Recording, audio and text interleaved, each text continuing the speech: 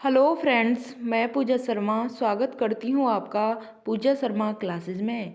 उम्मीद करती हूँ आप सब अच्छे होंगे और आपके माता पिता भी स्वस्थ होंगे। तो चलिए डिस्कस करते हैं जीन पियाजे का सिद्धांत।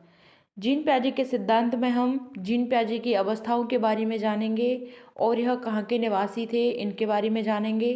ठीक, इससे पहले हमने कई सिद्धांतों को कंप्लीट कर लिया है। ठीक, अभी तक आपने उन सिद्धांतों को नहीं देखा है तो आप देख सकते हैं प्लेलिस्ट में जाकर। तो चलिए, यूपी टेट में आपका सीडीपी में 70% सिद्धांतों से ही लगभग पूछा जाता है, तो आप सिद्धांतों को तो बिल्कुल ही नहीं छोड़ सकते हैं। ठीक, चलिए, हमने यूपी टेट 2023 के लिए अभी से बेहतरीन रणनीति के साथ तैयारी स्टार्ट कर दी है।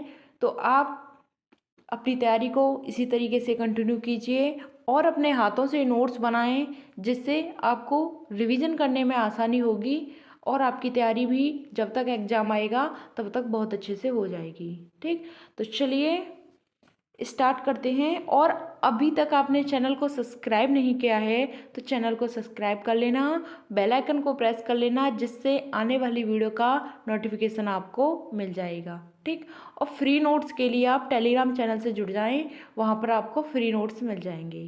तो चलिए, जीन पियाजे का सिद्धांत। जीन पियाजे थे वह कहाँ के निवासी थे? तो जीन पियाजे थे वह स्विट्जरलैंड के निवासी थे।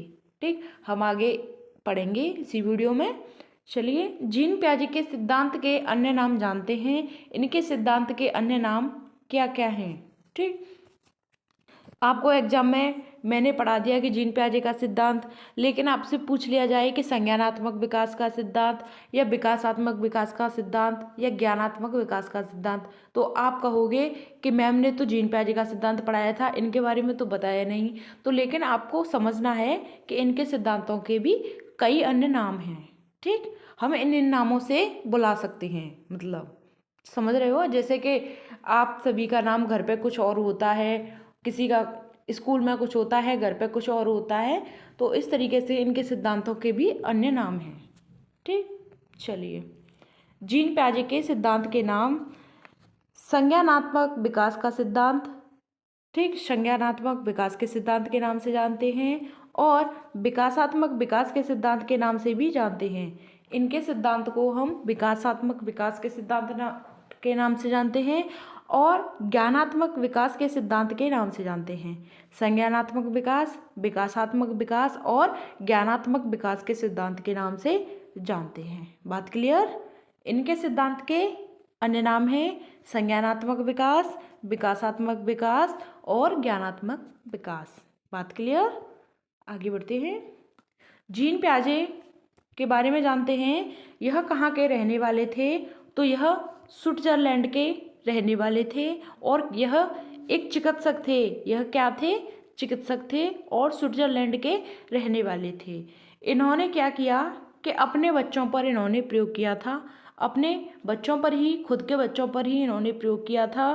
ठीक, इन्होंने उनकी अवस्थाओं के बारे में जो परिवर्तन हुआ उनके बारे में इन्होंने जाना। ठीक, उन्होंने खोज की कि उनकी अवस्थाओं में क्या क्या परिवर्तन हो रहे हैं। ठीक, इन्होंने अपने बच्चों पर प्रयोग किया था। उसके बाद उनकी जो अवस्था थी, जब वो बच्चे बड़े हो रहे थे तो उनमें क्या क्या चेंजेस आ रहे थे, तो इनके बारे में भी उन्होंने जाना। ठीक, इसी सिद्धांत को हम अवस्था का सिद्धांत के नाम से भी जानते हैं। किसके नाम से जानते हैं? इसी सिद्धांत को हम अवस्था के सिद्धांत के नाम से भी जानते हैं। बात क्लियर? कहाँ के रहने वाले थे? तो स्विट्जरलैंड के। कौन थे? चिकित्सक थे। इन्होंने प्रयोग किन पर किया था? अपने बच्चों पर किया था। इनकी अवस्थाओं के बारे में हुए परिवर्तन को भी इनने खोजा था। बात क्लियर? आगे बढ़ते हैं। ठीक, संज्ञानात्मक विकास के सिद्धांत या विकासात्मक विकास के सिद्धांत या ज्ञानात्मक विकास के सिद्धांत या जीन पियाजे के सिद्धांत। ठीक है, इनकी अवस्थाएं 4 हैं। कौन कौन सी अवस्थाएं हैं इनके बारे में जानते हैं। इनकी अवस्थाएं कितनी हैं? पूछ सकता है आपको एग्जाम में, तो आपको बतानी है। इनकी अवस्थाएं 4 हैं। बात क्लियर? आगे बढ़ते हैं।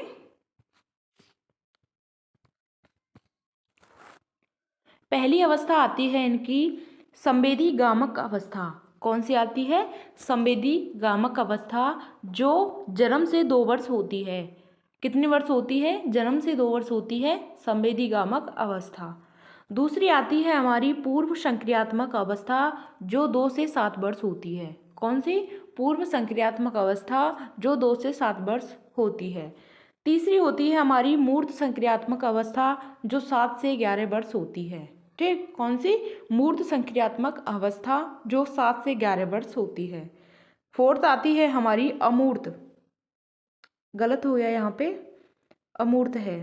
ठीक, अमूर्त को ही हम औपचारिक कहते हैं। ठीक, अमूर्त को ही हम क्या कहते हैं? औपचारिक कहते हैं। ठीक, तो औपचारिक संक्रियात्मक अवस्था दे दे या अमूर्त संक्रियात्मक अवस्था दे दे तो आपको समझना है यह 11 से 15 वर्ष की अवस्था है। बात क्लियर? संवेदी गामक होती है वह जन्म से 2 वर्ष होती है। उसके बाद आती है हमारी पूर्व संक्रियात्मक अवस्था, जो 2 से 7 वर्ष होती है। उसके बाद थर्ड आती है हमारी मूर्त संक्रियात्मक अवस्था, जो 7 से 11 वर्ष होती है। और फोर्थ नंबर पर आती है हमारी अमूर्त संक्रियात्मक अवस्था। इसी को हम औपचारिक संक्रियात्मक अवस्था के नाम से जानते हैं, जो 11 से 15 वर्ष होती है। बात क्लियर? संवेदी गामक अवस्था की बात करते हैं, जो 0 से 2 वर्ष होती थी, उसके बारे में जानते हैं क्या है। ठीक, इसमें बच्चा क्या क्या सीखता है, क्या क्या करता है। ठीक, बालक जो भी कार्य करता है, बालक जो भी कार्य करता है, शरीर से इस अवस्था में संवेदी समझ होती है। यानी कि बच्चा है जो भी कार्य करता है, इसे वह शरीर से ही अपनी अवस्थाओं में, यानी कि वह कुछ ना कुछ एक्टिविटी करता है, अपनी इंद्रियों की समझ से वह कुछ ना कुछ एक्टिविटी करता है। ठीक, उसमें समझ नहीं होती है, लेकिन वह अपनी शरीर की अवस्था से ही वह एक्टिविटी करता है। जैसे आँख, कान, नाक, त्वचा, बालक इसमें गामक क्रियाएं करता है। ठीक, आँख, नाक, कान, त्वचा इंद्रियों के माध्यम से बच्चा है वह क्रियाएं करता है। ठीक, गामक क्रियाएं करता है। जैसे बच्चा रोने लगता है या फिर अपने आँखों को अपने दोनों हाथों से वो करते हैं ना, छोटे छोटे बच्चे होते हैं जो खुजलाने लगता है, इस तरीके से वह एक्टिविटी करता है, रोने लग जाएगा, है ना। जैसे गामक क्रियाएं होती हैं, जैसे पकड़ना, खेलना, लिखना आदि, यह बच्चा है वह एक्टिविटी करता है। जैसे बच्चे को पेन दे दिया जाए तो और कॉपी दे दी जाए, उस पर क्या बनाएगा? वह गोला गोला से इस तरीके से बना देगा, उस पर एक्टिविटी करेगा। तो क्या है? उसकी वह गामक क्रियाएं हैं। इस अवस्था में बच्चा है वह प्रकाश के प्रति सचेत रहता है। इस अवस्था में बच्चा है वह प्रकाश के प्रति सचेत रहता है, यानी कि वह लाइट को ज़्यादा मतलब देखता है, या फिर जहाँ पर लाइट, जैसे छोटे बच्चे को फ़ोन दे दिया जाता है तो बच्चे फ़ोन से ज़्यादा खेलने लग जाते हैं, 0 से 2 वर्ष के बच्चे होते हैं जो।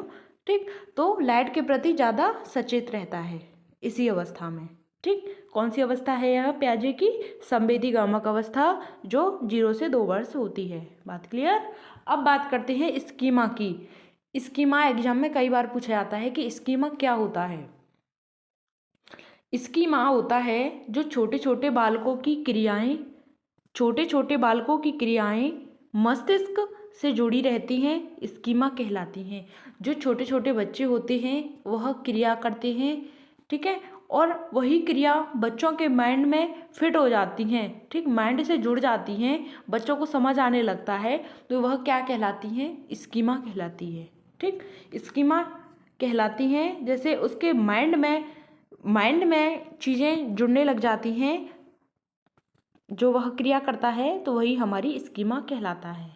ठीक, अब हम दूसरी स्टेज की बात करते हैं। तो दूसरी आती है पूर्व संक्रियात्मक अवस्था, जो 2 से 7 वर्ष होती है। कौन कौन सी आती है?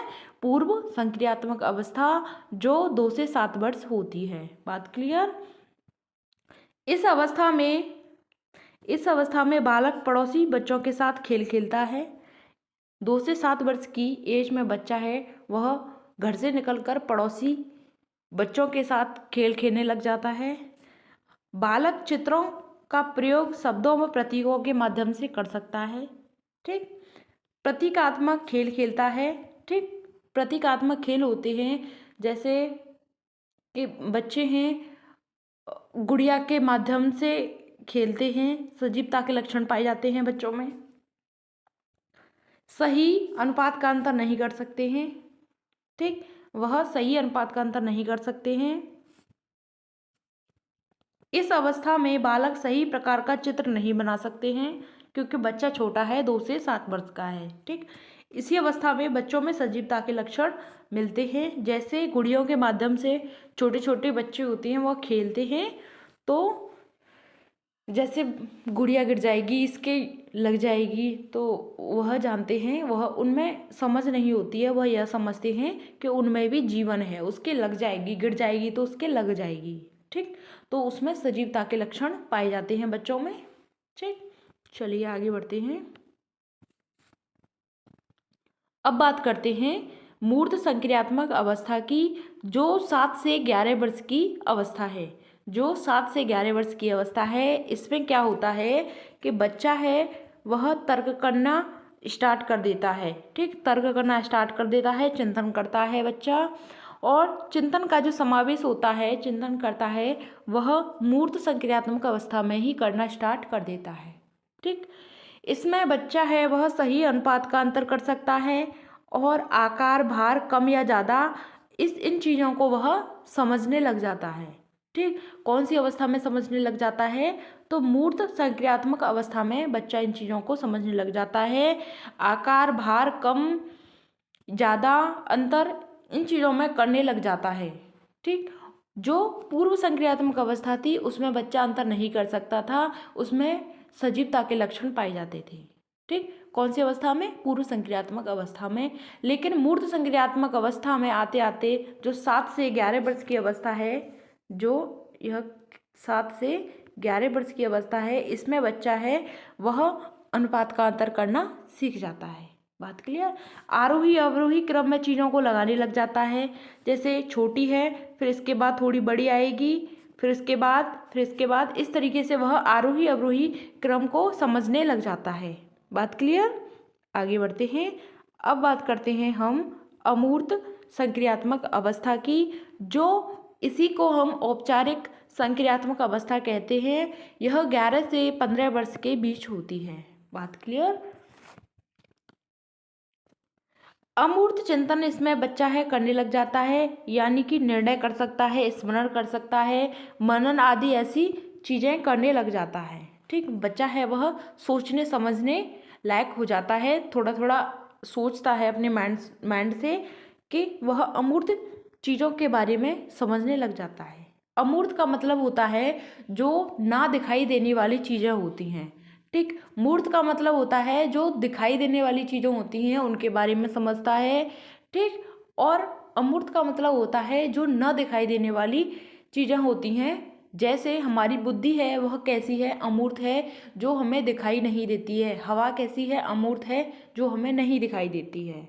ठीक, इन चीज़ों का बच्चा है वह 11 से 15 वर्ष की अवस्था में स्मरण करने लग जाता है। ठीक, अंकों का प्रयोग करना सीख जाता है।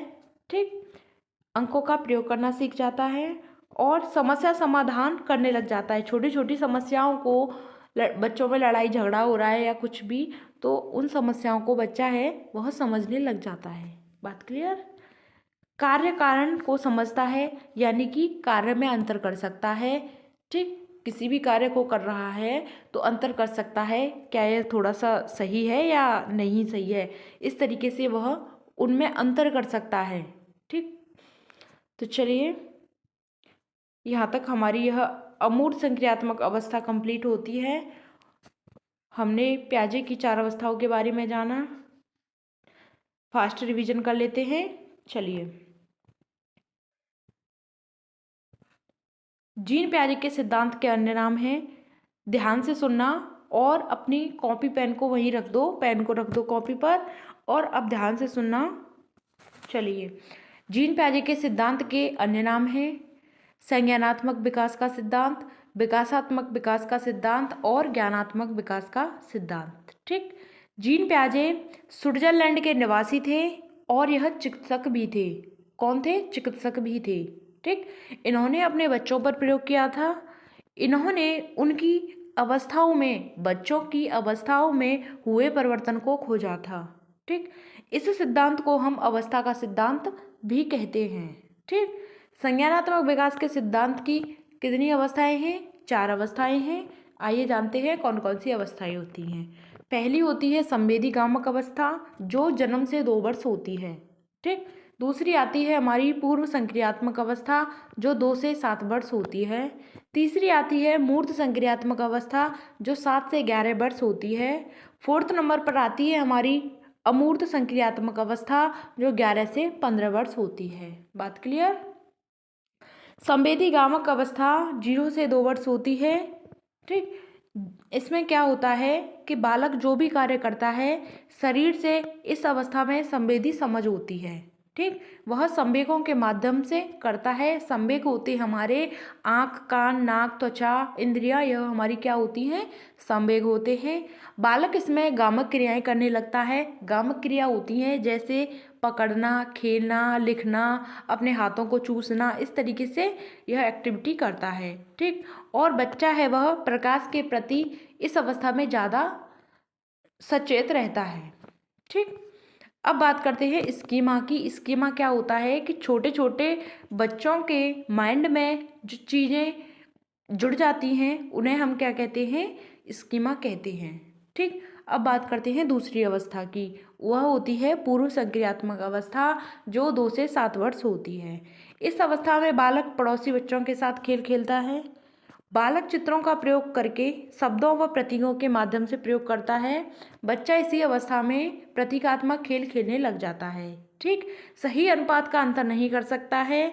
इस अवस्था में बालक सही प्रकार का चित्र भी नहीं बना पाता है। ठीक। और इसी अवस्था में मोस्ट इम्पोर्टेंट, इसी अवस्था में बच्चे में सजीवता का लक्षण पाया जाता है। ठीक। जैसे गुड़िया, यानी कि गुड़िया बच्चों को खेलने के लिए दे दी जाती है, तो वह समझते हैं कि उनमें जीवन है, सजीवता का लक्षण पाया जाता है।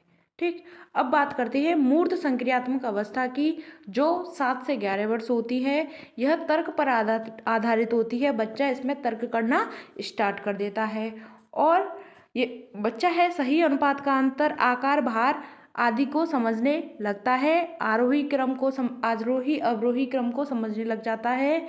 और मूर्त संक्रियात्मक अवस्था की बात करते हैं। अमूर्त की 4th नंबर पर आती है, जो 11 से 15 वर्ष होती है। अमूर्त चिंतन करने लगता है, यानी निर्णय, स्मरण, मनन आदि यह कर सकता है। ठीक। इसी अवस्था में बच्चा है वह अंकों का प्रयोग करता है, समस्या समाधान करने लग जाता है और कार्य कारण को समझता है, यानी कार्य में अंतर कर सकता है। ठीक। तो बस आज हमने जीन पियाजे का सिद्धांत को समझा। ठीक। आगे मिलते हैं आपको वाइगोत्स्की के सिद्धांत के साथ। तो चलिए मिलते हैं आपको आगे की नेक्स्ट वीडियो में। अभी तक आपने चैनल को सब्सक्राइब नहीं किया है तो चैनल को सब्सक्राइब कर लेना, बेल आइकन प्रेस कर लेना, जिससे आने वाली वीडियो का नोटिफिकेशन आपको मिल जाएगा। ठीक। और फ्री नोट्स के लिए आप टेलीग्राम चैनल पर जुड़ जाएं। लिंक आपको डिस्क्रिप्शन बॉक्स और कमेंट बॉक्स में मिल जाएगी। अगर आपका कोई भी क्वेश्चन होता है, कोई भी आपकी क्वेरी होती है, तो आप कमेंट बॉक्स में पूछ सकते हैं, या आपको किसी भी टॉपिक पर कोई वीडियो चाहिए तो बोल सकते हैं, मैं आपको कंप्लीट करा दूंगी। ठीक। तो चलिए, थैंक्स फॉर वॉचिंग। जय हिंद, वंदे मातरम। मिलते हैं आपको आगे की नेक्स्ट वीडियो में।